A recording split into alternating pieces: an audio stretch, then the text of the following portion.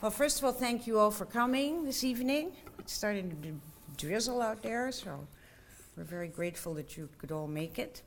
And I want to thank Tom Yoon in turn, and also Brett, who's absent, and of course Isabel Taubi, who are the creators of this series of programs under the title of Art in the First Person. And we have since been listening to quite a diverse group of people talk about, from different perspectives of the art world, addressing this idea.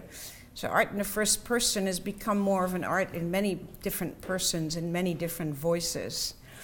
And I want to also say that I'm extremely happy to have Galia Solomonoff here with us. She's an extraordinary architect from Argentina and who has lived and worked since 1987 in New York City, where she established Solomonoff Architecture Studio right here in Chelsea. She's actually a neighbor of ours. The title, Why Art and Architecture Today, is a topic that we have been and will continue to explore from several different perspectives. First, we had an artist, Terence Gower, whose work is anchored in modern architecture from both Latin America and elsewhere. You know his work well.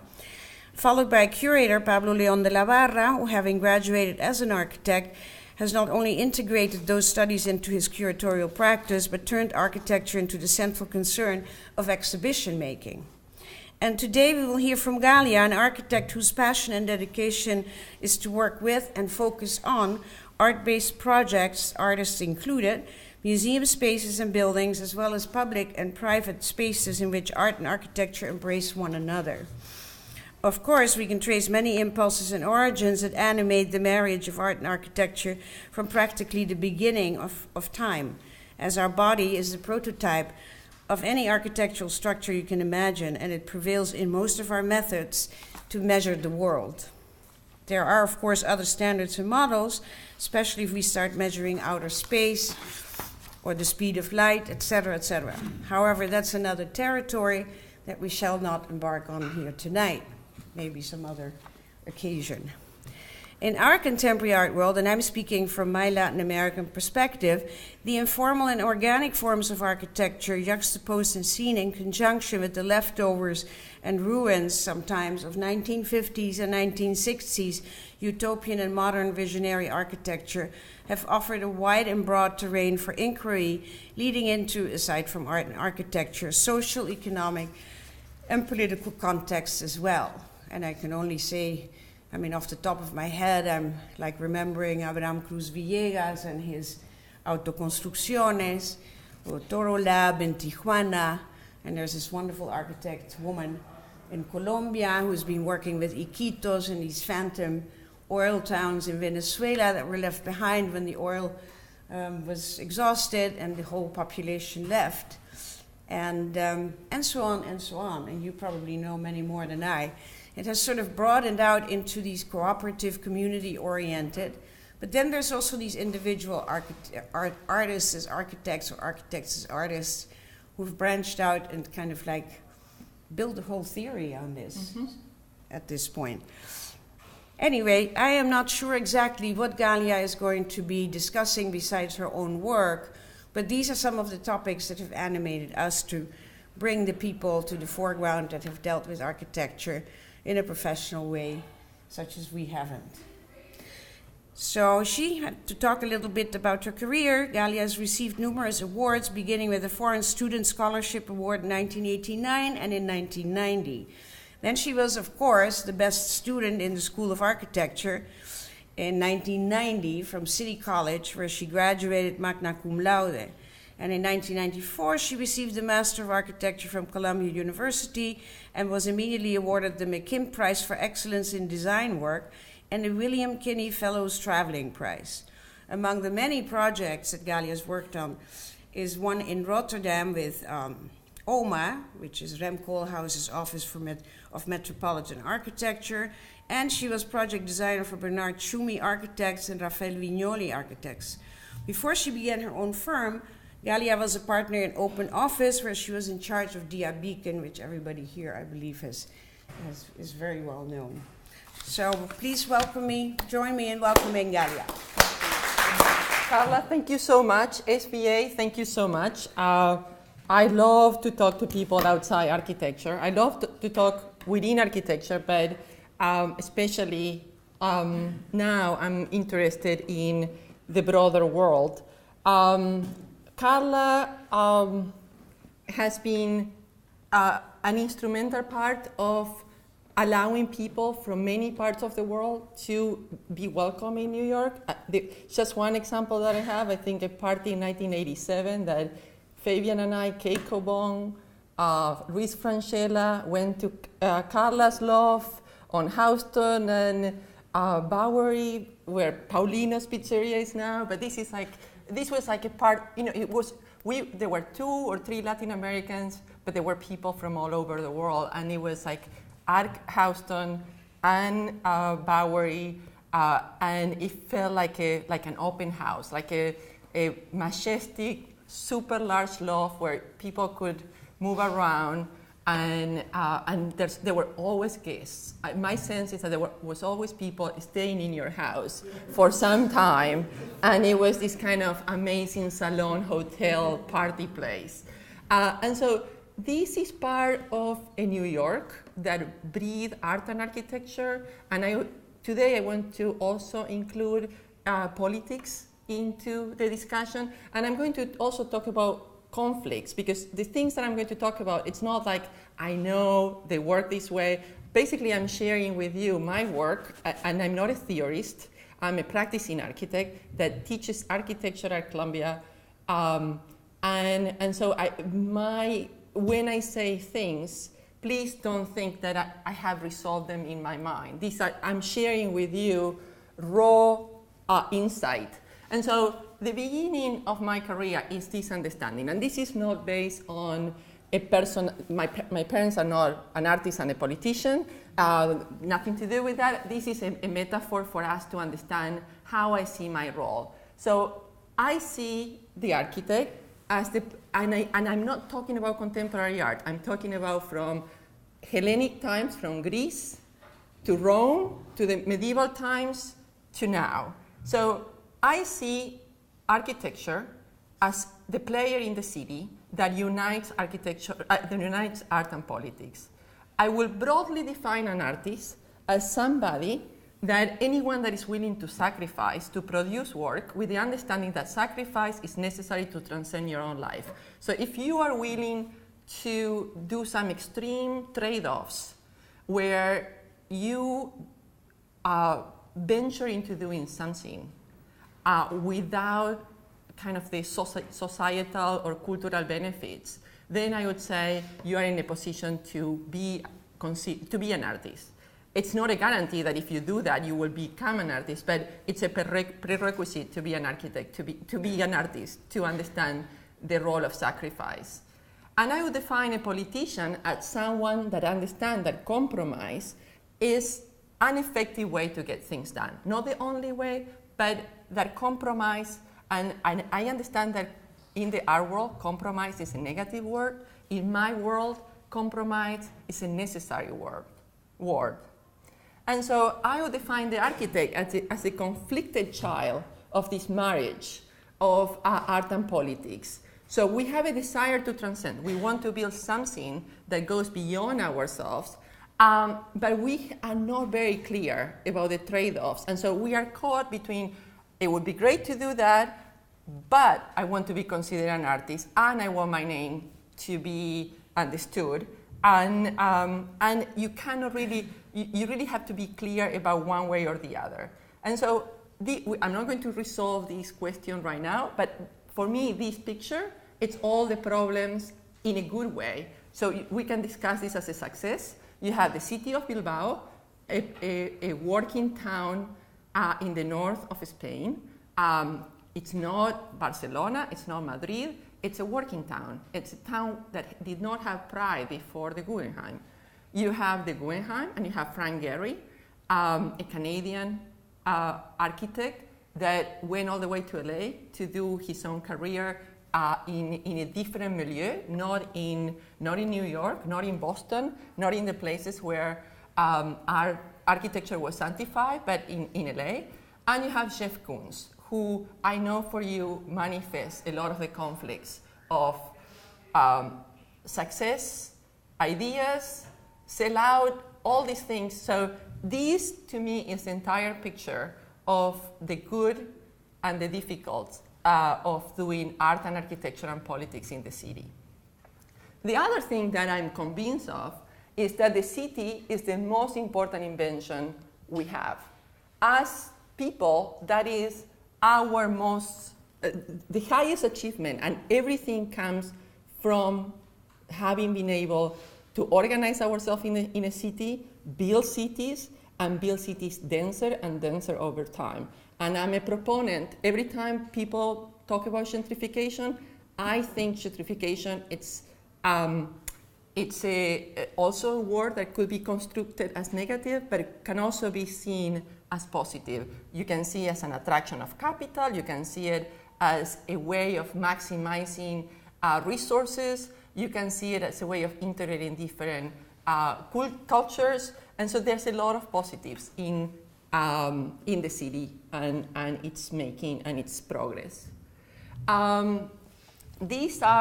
So tonight I'm going to talk about some of the work. These are artists with whom I have worked, and I'm going to select a number of them and talk about the work. The other thing that in architecture there's no I, there's only we. And the we in this case is Solomonoff Architecture Studio. That is the firm that I am kind of like a creative director. Anything we do everything that I do has been drawn by others, corrected by me. If something goes wrong, it's my responsibility. But if something goes right, it's everyone's work that surface. And so this is the people that have been instrumental in the work that I'm going to show tonight. And our work, it's very local because we work a lot with artists, and most of our work happen in New York State. There's a couple of projects we are doing now outside, and I'm going to show, but most of the projects happen in Manhattan, Beacon, Brooklyn, and Chelsea. And so I'm going to start showing you work with a project that I did for Artist Space in 1999 with when Claudia Gould was the director of Artist Space. And so this is an idea that comes from Freud, and this is kind of like the way Freud understands the artistic mind. And so he said that this is the previous one, this is his drawing in the book. And then this is what each of the three things mean. Id is the impulses and drives. So like if you feel like having drugs, that's the part that is telling you have drugs. If you feel that I shouldn't have drugs, it's bad. My teacher said I shouldn't have drugs. My priest said, my father said, then this is the superego telling you don't do it. And the ego is the one that has the difficult task of mediating between these two.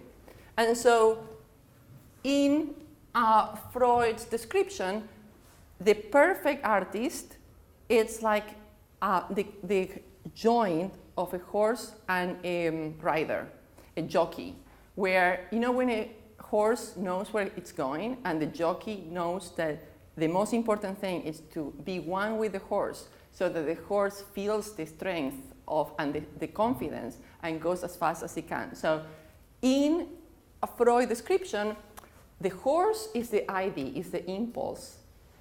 The jockey is the superego, the paternal figure driving, and the conjunction of the two is the ego. And so in a perfect artistic experience, which is different than a perfect personal experience, you may have achieved that kind of flow where, let's say, for example, Francis Bacon.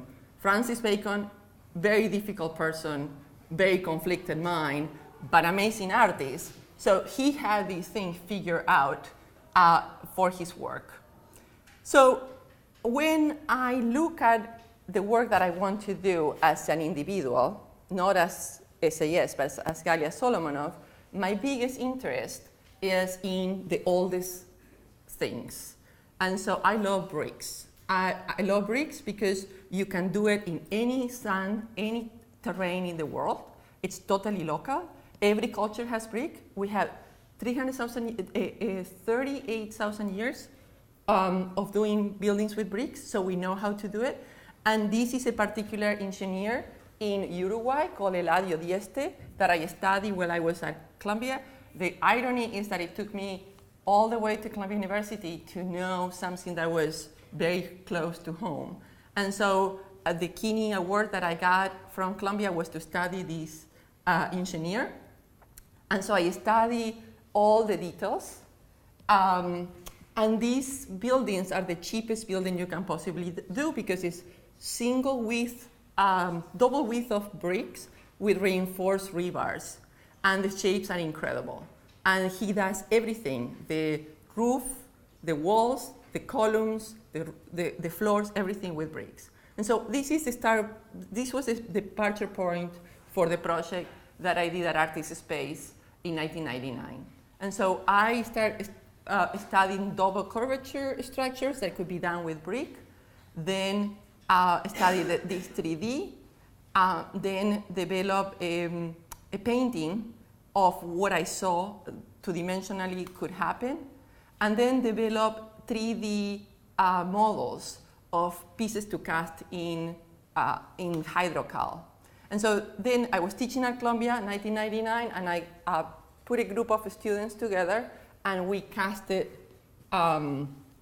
600 units of white hydrocal bricks in a studio in Brooklyn, and built this installation at Artist Space. And these were this, we did about 100 of each one of these 6. And so this is the installation. And this is a project that, even though it was done 15 years ago, now I'm dying to take back and rework. Again, notice this is hard to be commissioned for. This is something that I would like to do at my own risk, in a way. So that's the installation. So today I'm going to show you about 10 projects, and some of them are early, some of them are late. This is a project that I did with Lillian Ball at the same time that I was doing the defective brick. And from her, she's an artist, from her I learned a lot of casting techniques. A lot of the brick casting techniques that I use in defective brick come from learning how to cast with soaps, how to cast with peels. Her work at that time, where this is a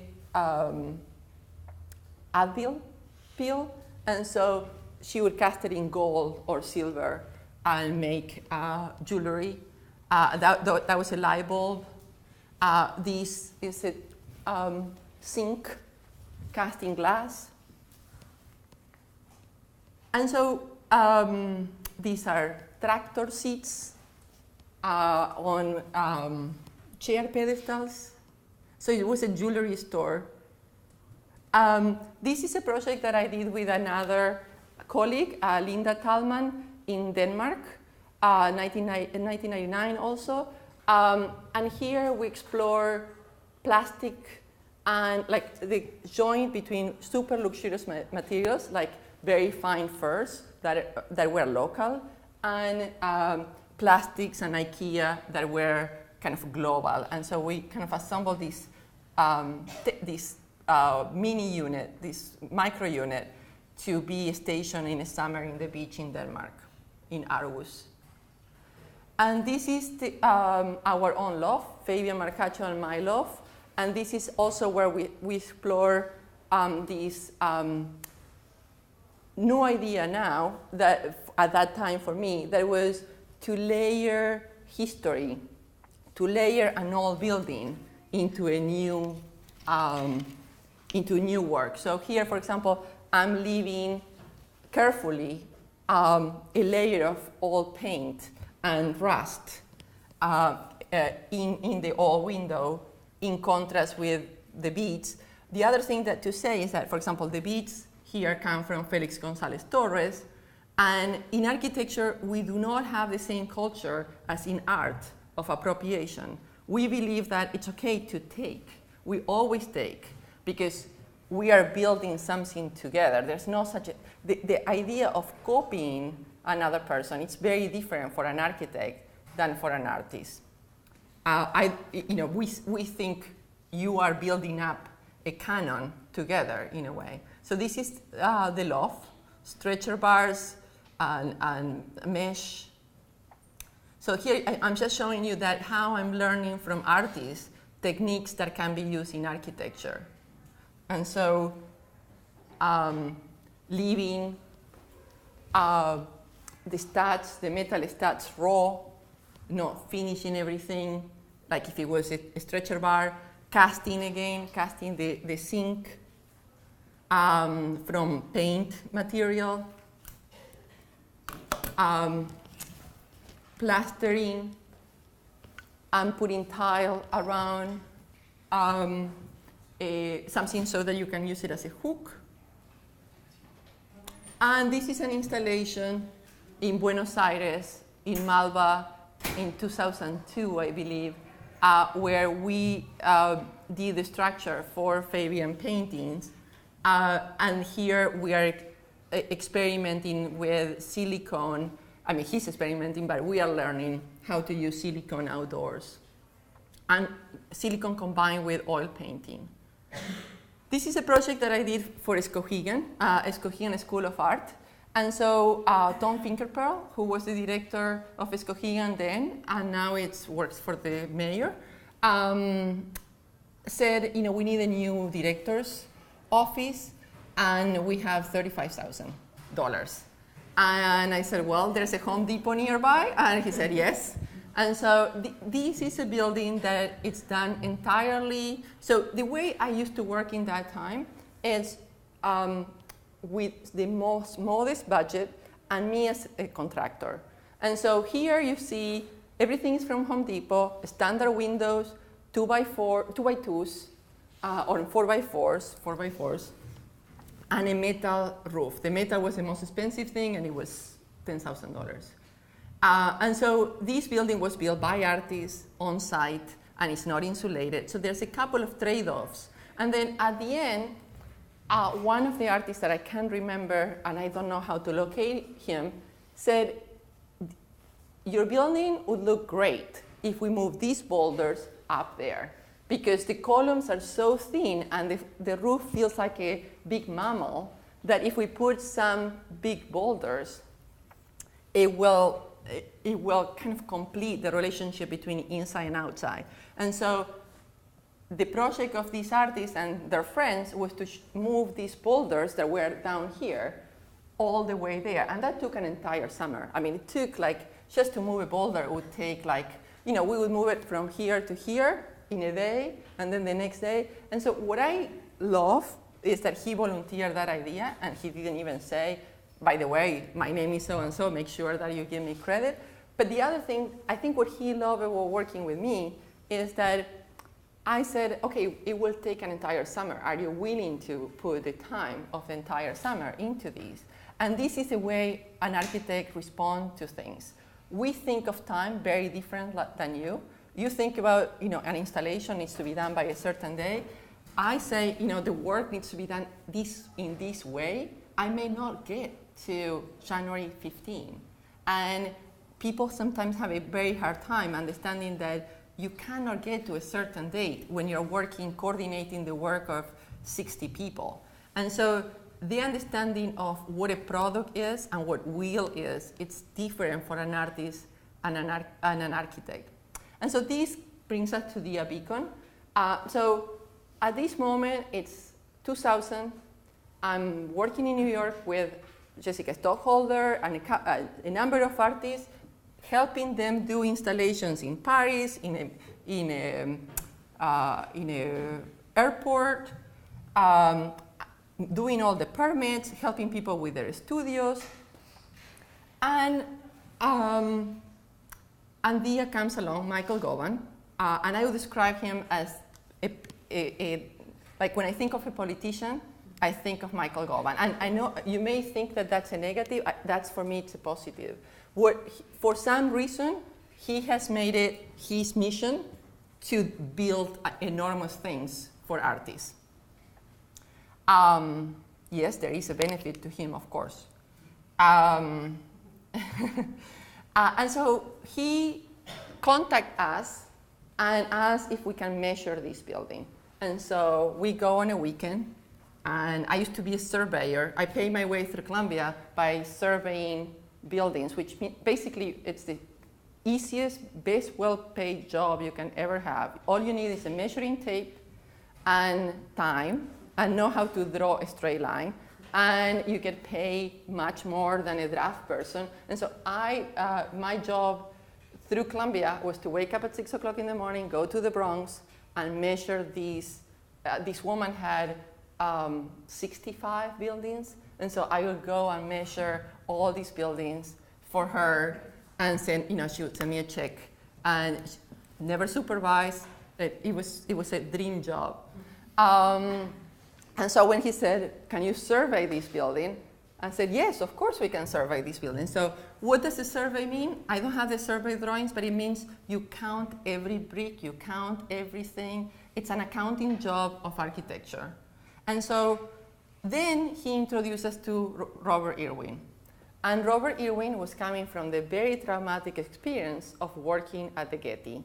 If you all know what that was, he had a terrible fight and a terrible time with Richard Meyer. Richard Meyer was in the peak of his career, very, now it's different, but at that moment it was a very tough moment for Irwin. And so the last thing he wanted was a star architect. And to him, it was very appealing to work with a young woman, and a few other people.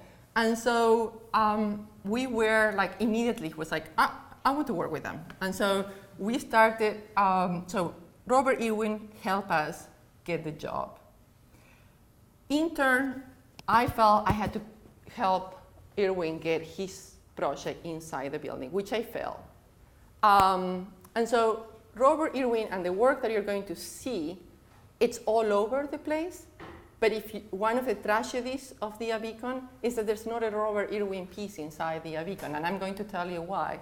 And so his first idea is you walk into this building, and I teach architecture. If a student does this entrance, they fail. They cannot, look at this entrance. Why can you not do this entrance? If two people approach the building, you're approaching the building on center, and there's an obstacle, and so you have to decide left or right. And so in architecture, this is considered a very negative thing, to have a column in the middle of the entrance. For Irwin, this was a basic move. It's like art should be experienced individually. You should not go in a bus, get in a big lobby, and go 20 people one way. If a father and child approach a building, the father should decide where he goes, the child should decide where he goes. There should not be where we go, because in Irwin's mind, there's never a we in art. There's only an I, and the ability to understand that you may die. And so that you need to see every piece of art, thinking that that person was aware and you are aware that life is finite. So for Irwin, this was no compromise. You either do this or I'm out. And this is the first thing that he says to Michael Govan and Leonardo Riggio in the first meeting. And Leonardo Riggio comes from doing Barnes and Nobles, where the entrants are all come with the bus, come with the bus. And so this is the first meeting, and it's set up to be a huge failure. But somehow and I think that was the most I could do, or the least I could do, is to say, this is going to work, this is going to be wonderful. You're going to come in, and I said, we put the Walter de Maria in there, you have perfect symmetry, and then you have a decision, and it will be obvious that this was not a mistake. And so that's the entrance we went with. And many architects, when they saw this building, they said, "Oh, this is going to be turned down. No way that this is." It's like, this is a disaster. I got so many mean comments from colleagues. They never printed it, But when I would tour the building with a colleague, they would say, there's no way that this building will keep this entrance. This is temporary. And so we did it with brick, very simply. And I love it now. I love that entrance. I haven't done it again because that's a Robert Irwin entrance.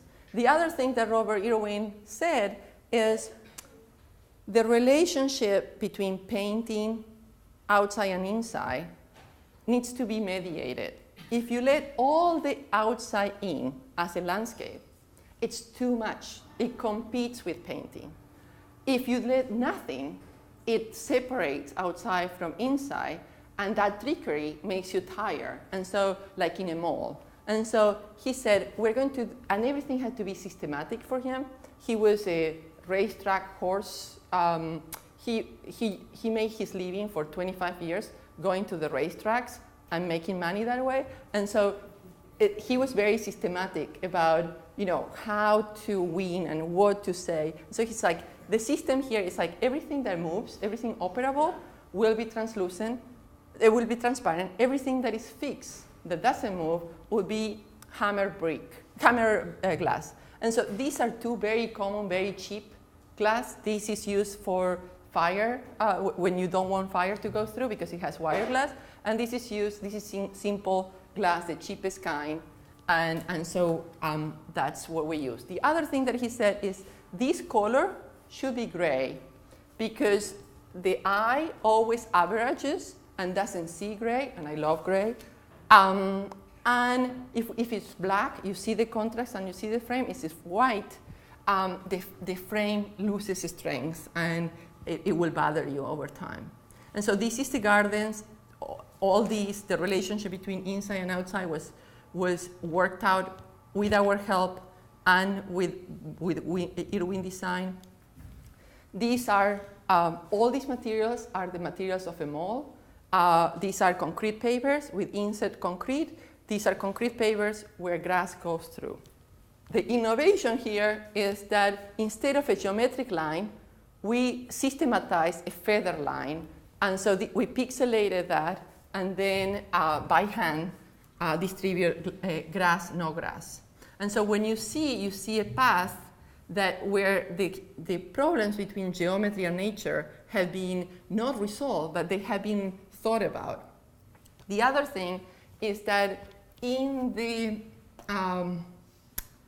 trees follow geometric lines of the building. So when there is a wall on the building, there is a line of tree 10 feet apart. When there's in the parking lot, the trees are spaced out the same way as the columns are, 20 by 40 feet.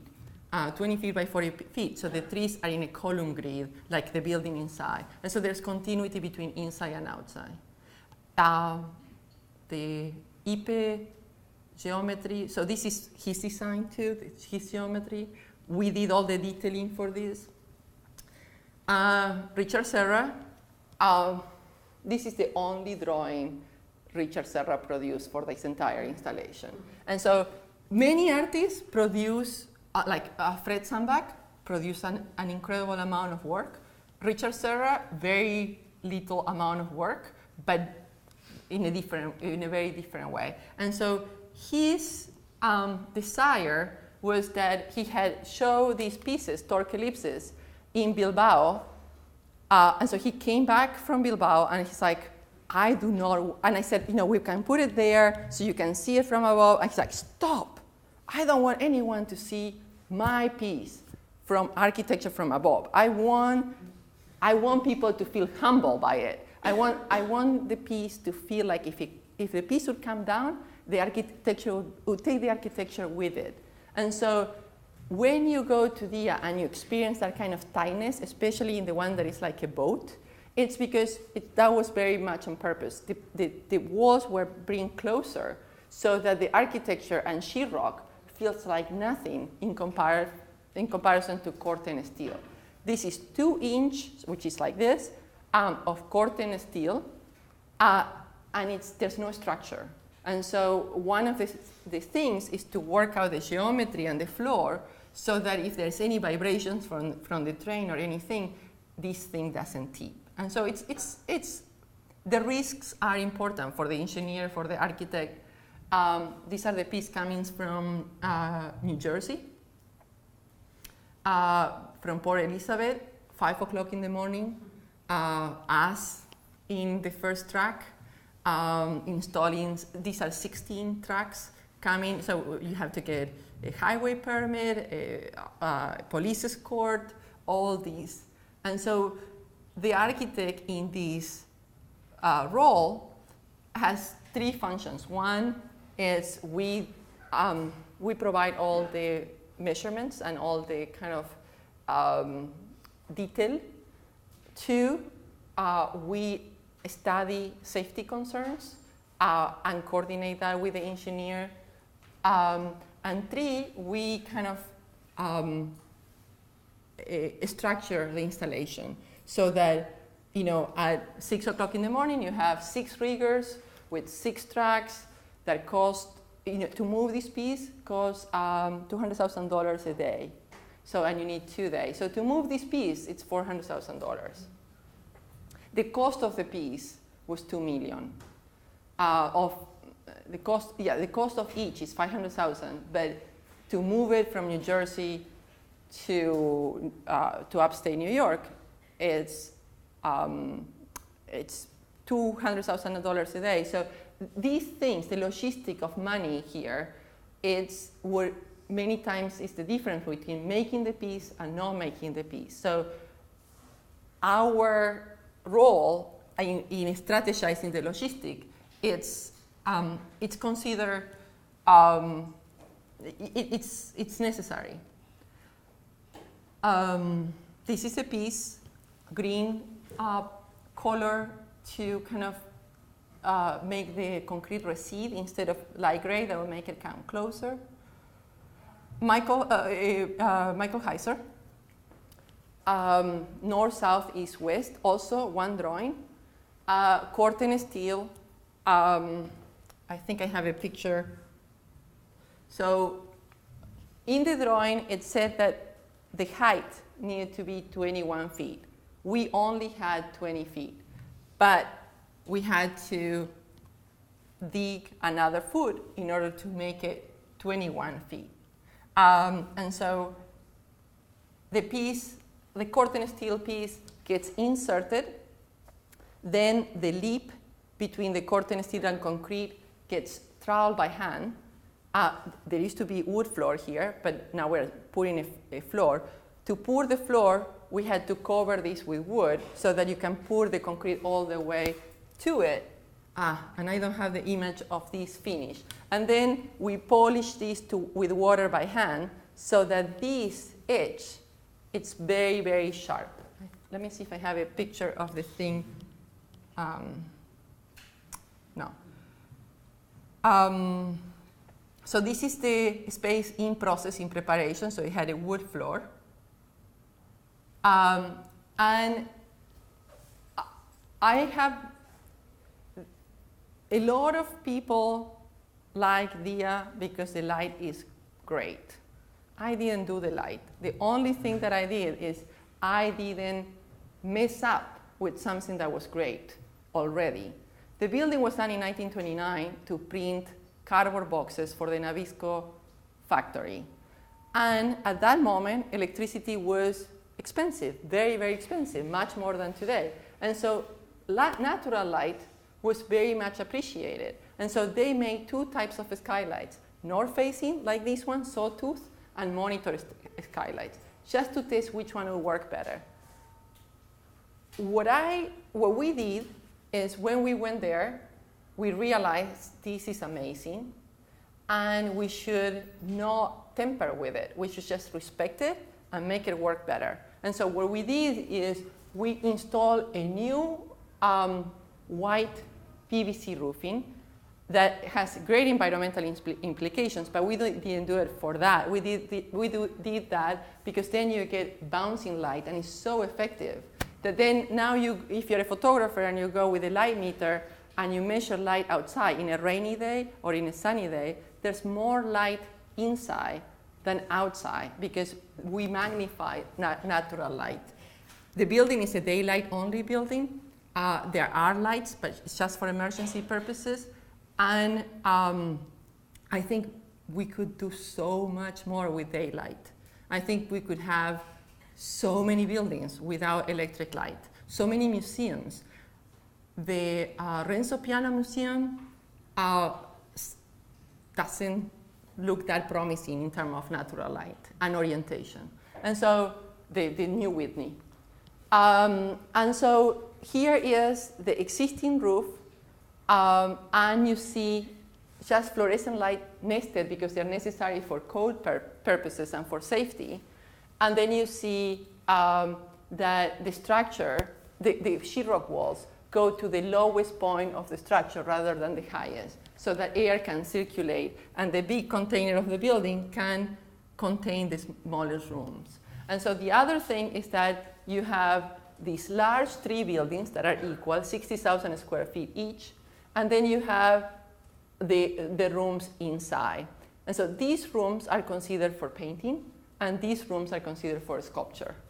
And so we devised a system where we did a model, and this is kind of like the accounting process of working with artists for architects. We did a 1 inch to 1 foot maquette of every piece Dia owned, like the entire inventory, and then proceed to test where each piece could go best. If there were 62 Warhols, we tried to put 62 Warhols, and then we tried the walls.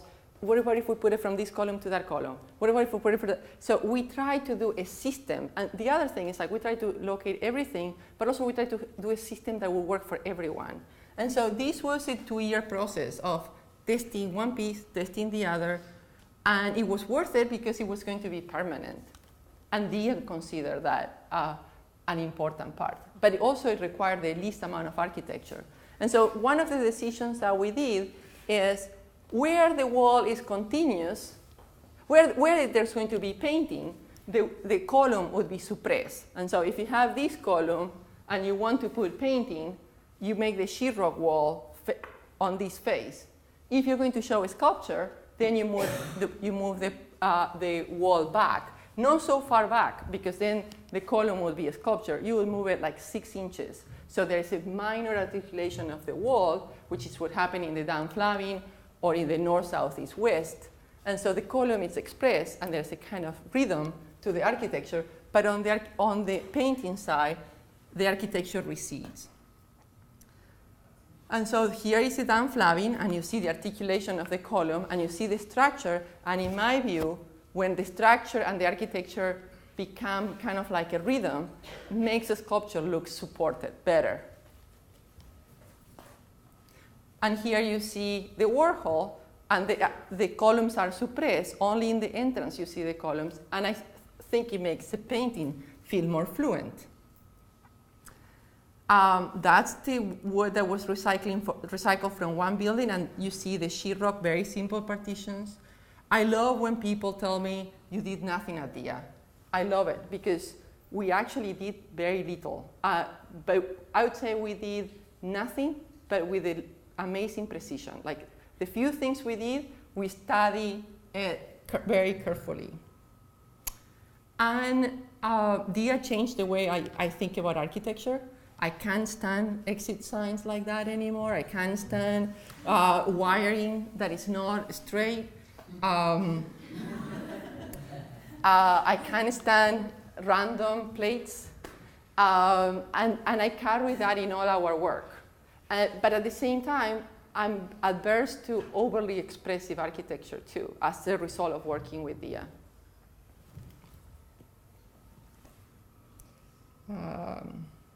These are technical details. So Robert Irwin wanted to do an installation here where the Richter is. His proposal for the installation was the Richter, it's now here. And so here you have a monitor and another monitor skylight. And what he wanted to do in this space was to put orange glass. And so it would be a cube just with an orange skylight. Super simple idea. We tested, it was beautiful. Robert Ryman comes to see his space. His space is like 300 feet away, there's an orange line from the Irwin installation 300 feet away. So Robert Ryman says, no way. And so LeWitt comes to see the space.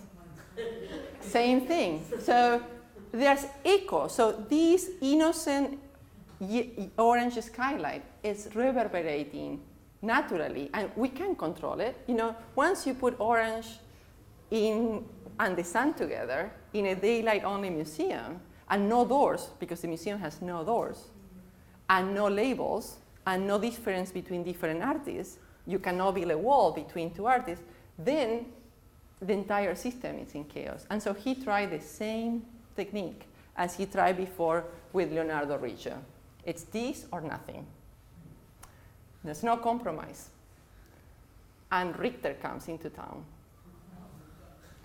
And Richter goes to see it. And he said, I don't have a painting for you, but I can do a mirror. And the space will look great with a mirror. And so we have 4 amazing Richter mirrors that work great with the space.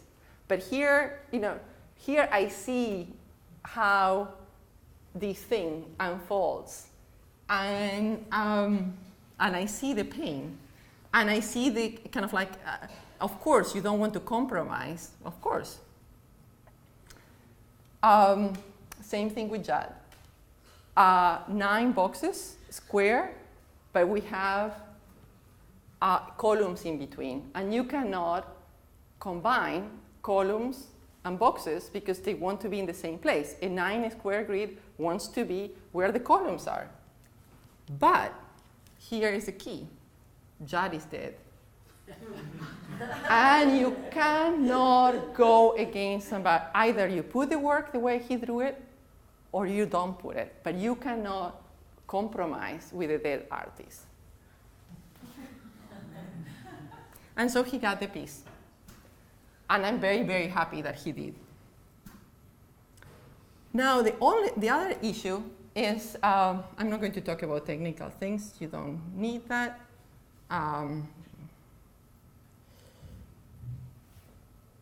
I don't have a picture of, I promised Robert Irwin that I would never show any images of the orange skylights, or the orange drawings, or the autograph sketch that he did for me, nothing. So that piece will probably get done, and I will make sure if there's ever an occasion to get it done. So that piece didn't get done. Fred Sandbach. Everyone has probably seen the strings. The building was finished in 2003. In 2005, we go with Fabian to a Christmas party of somebody in the art world, and I sit next to a person, very nice guy. What do you do? I'm a psychiatrist, he says. I said, great, I'm an artist. What have you done? I said, I work at the Beacon. And he said, I was Fred Sandbach, psychiatrist. Yes. And so I said, oh my God, do you know why he committed suicide? Do you know? And he said, I knew that you were going to ask me that question, and you shouldn't feel guilty in the least, because he planned this for many, many years. And he was so happy with the work at the Beacon that he felt like when that work was done, it was going to be the time. He suffered all his life, and he decided to commit suicide after the piece was done. And so that piece will never move. And so when I tell you that artists understand the sense of sacrifice, I'm not saying it lightly. I know that this is a huge issue, and I take that with a very great responsibility. Lighter subject. Glenn Ligon. And so we, at this time, after the year, we start doing a lot of other work. And Glenn comes and says, I want to do an apartment, very simple. And so these are the tests of color for the apartment. So the apartment was done in white or brown, just white and brown. And we tested 40 different varieties of brown, of different shade and pigmentation and luster. And so the apartment, the base wall in the apartment is dedicated to housing books. And the apartment, it's very, so in this case, the apartment is very different from the studio. So the studio, what I've seen in the process of working with artists in New York, I don't know if this happens everywhere, is that artists are, there was a moment where in New York, people would work and live and socialize in their own places. And as time goes by, this has become more separated. And artists now live more like public intellectuals and kind of like think of work as work rather than this mishmash of life and work. And so we've done, and this is not a genetic thing, this is just an observation of in this case. So in this case, the apartment is very quiet and very contemplative, and there's hardly any work of Glenn in the apartment. It's mostly reading material and collected objects. Very plain also. This is a house also with a great library for a couple, filmmaker and theater producer, and it's in the East Village. And so here we, because they're both in theater, we did a theater in the back of the house,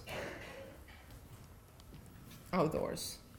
And that is the window between the kitchen, the living room and the outdoor space, the back of the house. We work with wood. We usually work with wood and brick in general. And so here, for example, this is a kind of pictorial thing that we try to do, where usually the thing that makes glass expensive are when you try to move it. If you do fixed glass is cheaper than sheetrock. And so what we try to do in our office is like when we have the opportunity for a gray view, we use fixed glass. When you need light and air, we use wood, because wood it's much more responsive to open and closing and much cheaper to do. And so in here, we organize it to be fixed glass and wood, and the wood does the air, the glass does the view and light. And so we did that throughout the house. And then here, this is a very expensive sliding door imported from Germany, wood sliding door, oak. And so here we did a compromise so this room can function inside and outside when they use it as a theater. And now I'm going to show you a couple of projects that are another contradiction. That is, what happened with an architect that is interested in people and art and difficult subjects and how to house the needy, has to work for people that are very, very rich. And so one of the things that we do is we do houses for art collectors and for Larry Gagosian and things like that. And so this is a Jim Lambie stair in a house for a family, and a really great family. And they decided to have a house where every room has an art piece and works with an art piece. So there's a Jim Lambie stair, and there's a Ricri Travanija playroom. And so here it's a cube, and the girls do dance classes inside the cube, and they have play dates and things. There's a swing and a chair of a tennis street, a stainless steel piece by Rick Ritriovanija. Then there is a living room, Frank-based chairs, and bookshelves. We're very good at making bookshelves. The bedroom. The bedroom is kind of like an antique things. Kusama in the study room. This is a house for a bachelor on Cornelia Street. So there was an existing house that was 2 stories here, and we added a floor and a half and a floor and a half and a pool in the basement and kind of luxury accommodations on the top. So that's the top with the cooking. And this is Hervé de Coste scheme for the lighting of the house. The same guy that did the Standard Hotel did the lighting for this. And so there is a chandelier that goes through inside the stairs. This is the garage with kind of like a white room. This is the pool, the library, the dining room, the kitchen, the living room, the study, master suite 2, master suite 1, and then the terraces upstairs.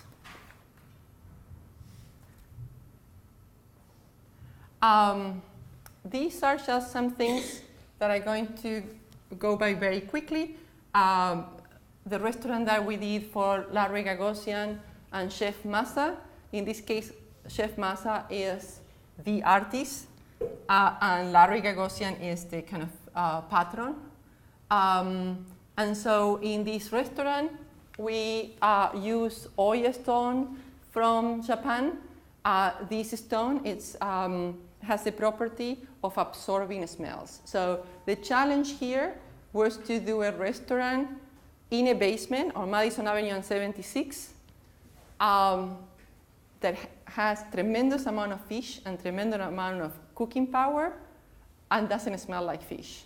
And so that you can go upstairs and buy art in the total comfort and ignorance that there's a restaurant below you. And so the stone is, it was chosen by these kind of performative qualities of smell absorption, and there's thick, and this thing that looks like a diner it's the best leather you can possibly buy, painted orange.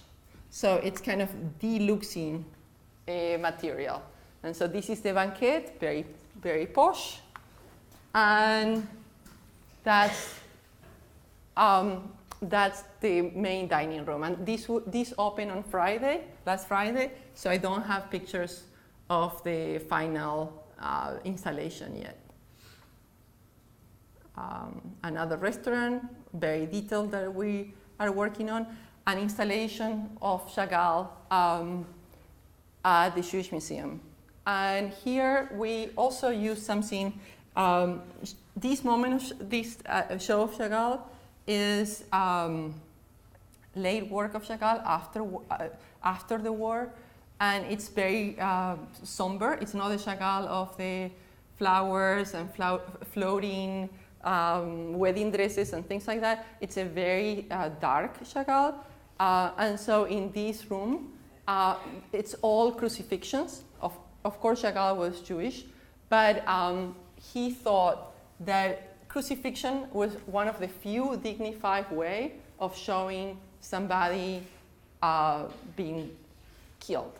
And so rather than showing kind of concentration camp images that he had seen or burnings that he had witnessed, he decided to show crucifixions of people that he knew.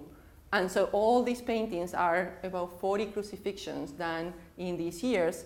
And so what we did is, the show, it's all blue, the different types of blue. And so this one, it's a very somber petroleum blue. It's a very dark blue, and very kind of a blue that it's very moody. It doesn't have much red. And then we put this bench, velvet bench, in the shape of a cross. This is lighter. This is when he is in New York. He comes after the war to New York. And so this room has a much lighter blue tone and more space in between the pictures.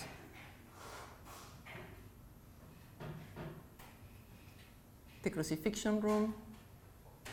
And these are just two projects that I'm going to close with that are things that I'm concentrating to do, I'm trying to do now. So I'm trying to walk away from money. I'm trying to walk away from people that pay very well and start working for people like I used to do 10 years ago, for people that want me in a different way and need me. And so this is a project that we did for in the Bronx. It's an existing block, and this is the only thing in the block. It's a tree, and then there is like a baseball cage on top. And so what we did is a community center and a school. We need to build a lot of school in the next, in this administration in the next 3 years. And so this will be a cinder block school, very inexpensive. And then the baseball field will be on top and illuminated at night and open from the street so that the tree that is there, it's kept. I really believe that we need to keep as much things as we have and buy the least amount of things possible. And so I keep that tree. There is a stair here that was left from a building. We're keeping part of that. The baseball field goes on top. All these are skylights. The baseball field will not be the best baseball field. It will have some imperfections, but you will get natural light downstairs and much cheaper Edison bills forever. And so, and then the school is below, and it has a lot of sports activities. I believe sports are a really, really important part of society. It's one of the things that help us divert from violence. I think we need to do much more sports and make sure that every kid gets to play around and engage in group sports, organized sports. And that's the building, just mesh on top and glass, fixed glass, so it's inexpensive. This is for the Navy Yards. This is a maker community. And so here we're trying to use the same ideas as DIA, large roof, lots of daylight, single story building, CMU. CMU is concrete masonry unit, which is the cheapest building material. And also urbanize the building so that you can go in a bicycle, on the street, in a lane, throughout the building, have lots of natural light. You see we're using the same skylights, the same angles as India. That's a view at night. That's a view of the maker spaces, the avenues or the streets in between so that you can go in a bicycle or walking or in a golf cart in between the different spaces. This is where every project starts, survey and inventory, so you know what you have there and how to work with things.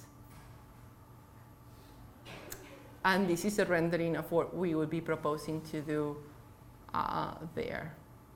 The last project that I'll show tonight is a library for the city that I'm from, Rosario, Argentina.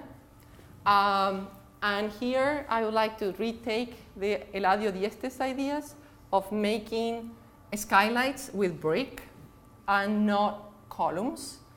I believe this building can be done and be daylight only. I'm just giving these lights, thinking that if it doesn't work, we can probably put some solar panels and have some electric light, but I think these will be totally with just light from the sky. Day and night. You would have to have hours that work with daylight. This is the roof system. It works for 3 purposes. Rain, so it takes the rain away and collects the rain and gathers the rain and kind of pave the floors so that the rain goes away and is collected. Light, so there's monitor skylights that are small but kind of open up the light and also there's lights on the side, and then air. I think this building could also be air conditioning free. I think if you have enough of a throat between the base and the top, air circulates and you don't, like all Rome, all Sicily have existed for thousands of years without air conditioning and nobody died. And so I think we just need to think differently about air conditioning and chill a bit. And just take a shower when you're hot and kind of like open the windows and paint things white so that it doesn't attract so much heat, and understand that air conditioning, it's not, of course, in a place like this, in a city dense like New York, you need air conditioning, but in Latin America, you may not need air conditioning every time for every building if you build considering that. So this is the auditorium, also thinking a non-air conditioned auditorium. And this is the reading room in the afternoon with less natural light. And so I want to end with this idea. And the idea is that I started by saying that architecture was a conflicted child, but I also want to propose the idea that architecture may be a really good mom. A mom that understands that there are kids that want to be artists, and that you have to make sure that they stay out of trouble, and they don't do drugs, and they don't commit suicide, and they do their work, and kind of help nurture that and be a systematic helper in that. And there are kids that want to be in politics, and they want to do deals, and they want to make money, and they want to build things, and they want to get elected, and they want to work in Wall Street. And we need them. We want them. And so rather than having this view of a conflicted, Freudian, violent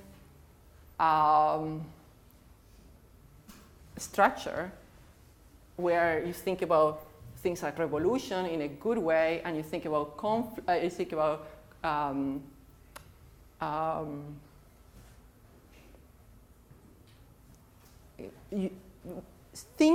maybe think about compromise in a good way. Maybe think about slow change in a good way, and allow a kind of more nurturing view of architecture in the means, but also a more powerful view of architecture. Because what I like about the metaphor of the mom, rather than the conflicted kid, is that a mom takes a lot of responsibility for making sure things are okay. And so I'm perfectly comfortable as an architect taking that responsibility on, making sure things are okay. And but that also requires that when I say we cannot do this, people, politicians, artists, money people, respect that boundary, because I will be taking that responsibility only if it's understood that I know what I'm talking about and that I need to be respected. So, I'm sure you have some reactions one way or the other, and I would love to hear what you have to say. Thank you very much.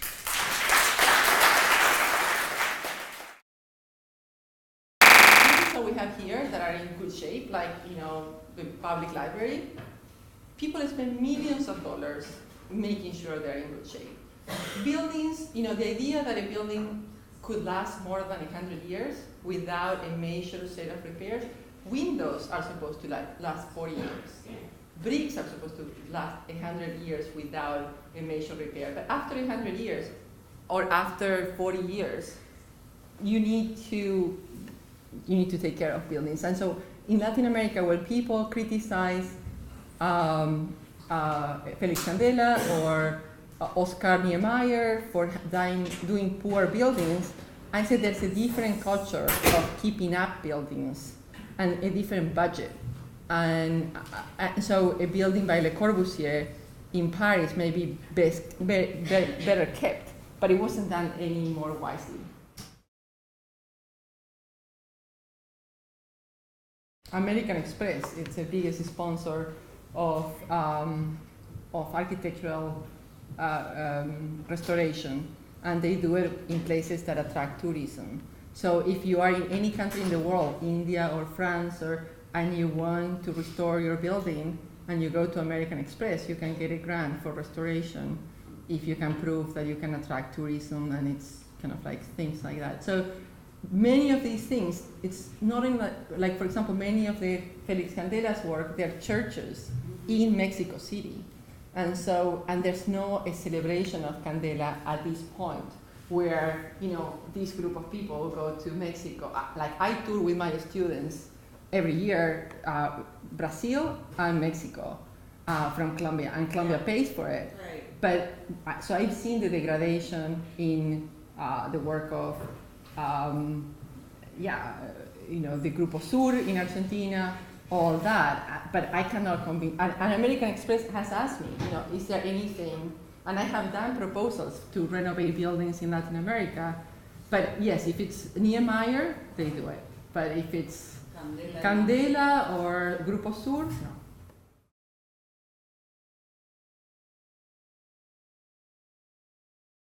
And I'm very interested in using all techniques, all materials with new techniques, and not making a clean break between modern and old, or modern and postmodern. I'm interested in kind of letting the flow of time kind of be part of the building.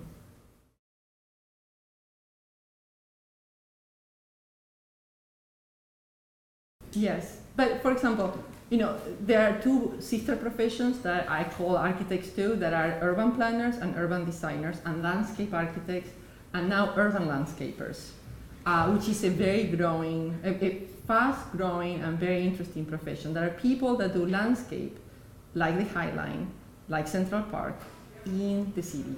And they are thinking about how can we integrate more nature and open space into the plans. And they are having more success than planners, because everyone likes parks, and it's much easier to sell the idea of a park, even though you're doing the same thing. You're planning open space within a city grid. And so the professions of urban planner and urban designer have been on decay since I've been studying architecture. I really, if you ask me who is the top urban planner in the city, I don't really know. I know Peter Marcuse. He's probably, you know, 75 years old. And so in my generation, I do not have, like, on my phone, an urban planner and urban designer that I can tell you, oh, this is a great guy, you should invite him to talk. Landscapers, yes. I have 6 people that I would say you should have them talk, and you should have them talk about public space, public art, the city, and they are doing very interesting things in that territory. But it has, due to some failures, important failures, but also misunderstood issues. Like Brasilia, people see it as a failure. It was an experiment. You know, we'll know one day how that is. It would be like saying New York was a failure in 1910. You know, we wouldn't know. So the idea of, but they have refitted, and there is a kind of vacuum, and people like in the administration of Bill de Blasio, because I teach at Columbia, I get phone calls from people that are consultants to the government saying, we are thinking about so-and-so for this appointment. I know you thought with so-and-so, what do you think about these? And a lot of the people appointed are architects. They're not urban planners. They're not, and Bloomberg, it's a very good case too. You know, Bloomberg now has, I think, the most vibrant consulting firm in the world for urbanism, called Bloomberg Inc. And they do non-for-profit work in Latin America. They're doing a project in Mexico, in Curitiba, in Buenos Aires, and I sometimes consult with them. And what they do is they take a case study and they put Amanda Burden, who was our city planning commissioner, a person in transportation, many engineers, landscape, and they try to see a problem, a city problem, holistically, and come up with solutions like the way they came up with solutions in New York. And this is something that Bloomberg is doing out of curiosity and pro bono, and his major agenda is to eliminate guns from cities and to build an argument against violence through the idea that if you have 2 million people in this area, you shouldn't have guns, not even in the police. I think there's a kind of a radical way of extending that argument, and that's why London, it's always like, we always refer to London as a paradigm. And I think the reason it's not because it's so beautiful or urbanistically so great, but because this group of people are very interested in the idea of eliminating guns from cities, in the same way that some people are interested in eliminating cars from cities.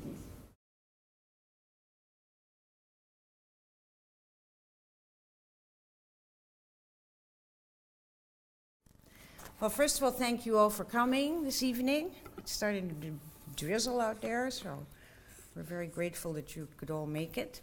And I want to thank Tom Yoon in turn, and also Brett, who's absent, and of course Isabel Taubi, who are the creators of this series of programs under the title of Art in the First Person.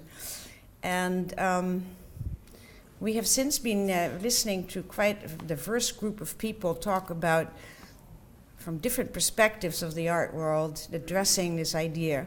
So art in the first person has become more of an art in many different persons and many different voices. And I want to also say that I'm extremely happy to have Galia Solomonoff here with us. She's an extraordinary architect from Argentina and who has lived and worked since 1987 in New York City, where she established Solomonoff Architecture Studio right here in Chelsea. She's actually a neighbor of ours. The title, Why Art and Architecture Today, is a topic that we have been and will continue to explore from several different perspectives. First, we had an artist, Terence Gower, whose work is anchored in modern architecture from both Latin America and elsewhere. You know his work well. Followed by a curator, Pablo León de la Barra, who, having graduated as an architect, has not only integrated those studies into his curatorial practice, but turned architecture into the central concern of exhibition making. And today we will hear from Galia, an architect whose passion and dedication is to work with and focus on art-based projects, artists included, museum spaces and buildings, as well as public and private spaces in which art and architecture embrace one another. Of course, we can trace many impulses and origins that animate the marriage of art and architecture from practically the beginning of time, as our body is the prototype of any architectural structure you can imagine, and it prevails in most of our methods to measure the world. There are, of course, other standards and models, especially if we start measuring outer space or the speed of light, etc., etc. However, that's another territory that we shall not embark on here tonight. Maybe some other occasion. In our contemporary art world, and I'm speaking from my Latin American perspective, the informal and organic forms of architecture juxtaposed and seen in conjunction with the leftovers and ruins sometimes of 1950s and 1960s utopian and modern visionary architecture have... New York, just one example that I have, I think a party in 1987 that Fabian and I, Kate Cobon, Luis Francella went to Carla's Loft on Houston and Bowery, where Paulino's Pizzeria is now. But this was like a part, there were 2 or 3 Latin Americans, but there were people from all over the world. And it was like at Houston and Bowery, and it felt like an open house, like a majestic, super large loft where people could move around, and there were always guests. My sense is that there was always people staying in your house for some time, and it was this kind of amazing salon, hotel, party place. And so this is part of a New York that breathed art and architecture, and today I want to also include politics into the discussion, and I'm going to also talk about conflicts, because the things that I'm going to talk about, it's not like I know they work this way. Basically, I'm sharing with you my work, and I'm not a theorist. I'm a practicing architect that teaches architecture at Columbia, and so when I say things, please don't think that I have resolved them in my mind. I'm sharing with you raw insight, and so the beginning of my career is this understanding, and this is not based on a person, my parents are not an artist and a politician, nothing to do with that. This is a metaphor for us to understand how I see my role. So I see the architect as and I'm not talking about contemporary art, I'm talking about from Hellenic times, from Greece to Rome, to the medieval times, to now. So I see architecture as the player in the city that unites architecture, that unites art and politics. I will broadly define an artist as somebody that anyone that is willing to sacrifice to produce work with the understanding that sacrifice is necessary to transcend your own life. So if you are willing to do some extreme trade-offs where you venture into doing something without kind of the societal or cultural benefits, then I would say you are in a position to be an artist. It's not a guarantee that if you do that, but it can also be seen as positive. You can see it as an attraction of capital, you can see it as a way of maximizing resources, you can see it as a way of integrating different cultures, and so there's a lot of positives in the city and its making and its progress. So tonight I'm going to talk about some of the work. These are artists with whom I have worked, and I'm going to select a number of them and talk about the work. The other thing that in architecture there's no I, there's only we. And the we in this case is Solomonoff Architecture Studio. That is the firm that I am kind of like a creative director. Everything that I do has been drawn by others, corrected by me. If something goes wrong, it's my responsibility. But if something goes right, it's everyone's work that surface. And so this is the people that have been instrumental in the work that I'm going to show tonight. And our work, it's very local because we work a lot with artists, and most of our work happen in New York State. There's a couple of projects we are doing now outside, and I'm going to show, but most of the projects happen in Manhattan, Beacon, Brooklyn, and Chelsea. And so I'm going to start showing you work with a project that I did for Artist Space in 1999 with when Claudia Gould was the director of Artist Space. And so this is an idea that comes from Freud, and this is kind of like the way Freud understands the artistic mind. And so he said that this is the previous one, this is his drawing in the book. And then this is what each of the three things mean. Id is the impulses and drives. So like if you feel like having drugs, that's the part that is telling you have drugs. If you feel that I shouldn't have drugs, it's bad. My teacher said I shouldn't have drugs. My priest said, my father said, then this is the superego telling you don't do it. And the ego is the one that has the difficult task of mediating between these two. And so that you will become an artist, but it's a prerequisite to be an architect, to be an artist, to understand the role of sacrifice. And I would define a politician as someone that understands that compromise is an effective way to get things done. Not the only way, but that compromise, and I understand that in the art world, compromise is a negative word. In my world, compromise is a necessary word. And so I would define the architect as a conflicted child of this marriage of art and politics. So we have a desire to transcend. We want to build something that goes beyond ourselves, but we are not very clear about the trade-offs. And so we are caught between, it would be great to do that, but I want to be considered an artist, and I want my name to be understood. And you cannot really, you really have to be clear about one way or the other. And so I'm not going to resolve this question right now, but for me, this picture, it's all the problems in a good way. So we can discuss this as a success. You have the city of Bilbao, a working town in the north of Spain. It's not Barcelona, it's not Madrid, it's a working town. It's a town that did not have pride before the Guggenheim. You have the Guggenheim and you have Frank Gehry, a Canadian architect that went all the way to LA to do his own career in a different milieu, not in New York, not in Boston, not in the places where our architecture was sanctified, but in LA.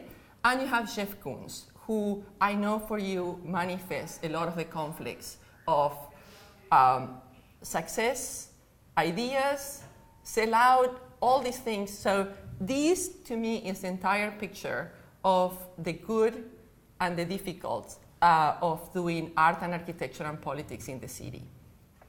The other thing that I'm convinced of is that the city is the most important invention we have.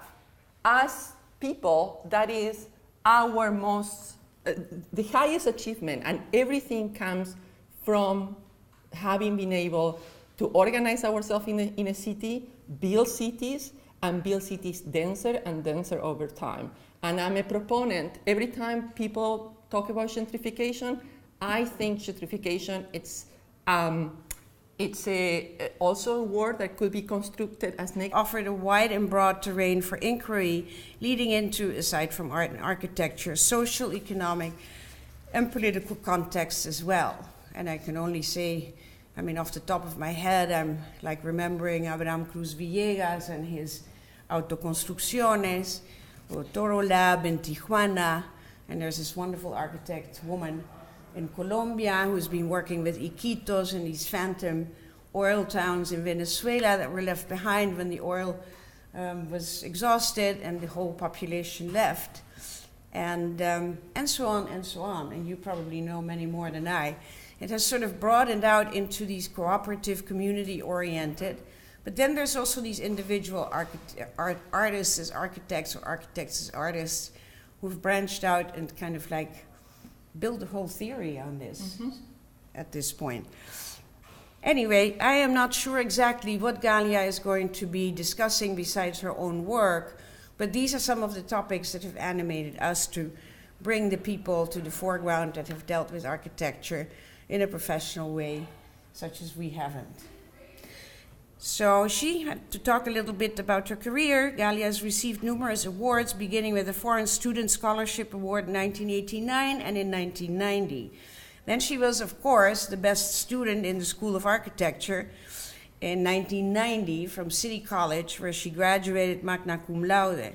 And in 1994, she received the Master of Architecture from Columbia University and was immediately awarded the McKim Prize for Excellence in Design Work and the William Kinney Fellows Traveling Prize. Among the many projects that Galia has worked on is one in Rotterdam with OMA, which is Rem Koolhaas's Office of Metropolitan Architecture, and she was project designer for Bernard Tschumi Architects and Raffaele Vignoli Architects. Before she began her own firm, Galia was a partner in Open Office, where she was in charge of Dia Beacon, which everybody here, I believe, is very well known. So please join me in welcoming Galia. Carla, thank you so much. SBA, thank you so much. I love to talk to people outside architecture. I love to talk within architecture, but especially now I'm interested in the broader world. Carla has been an instrumental part of allowing people from many parts of the world to be welcoming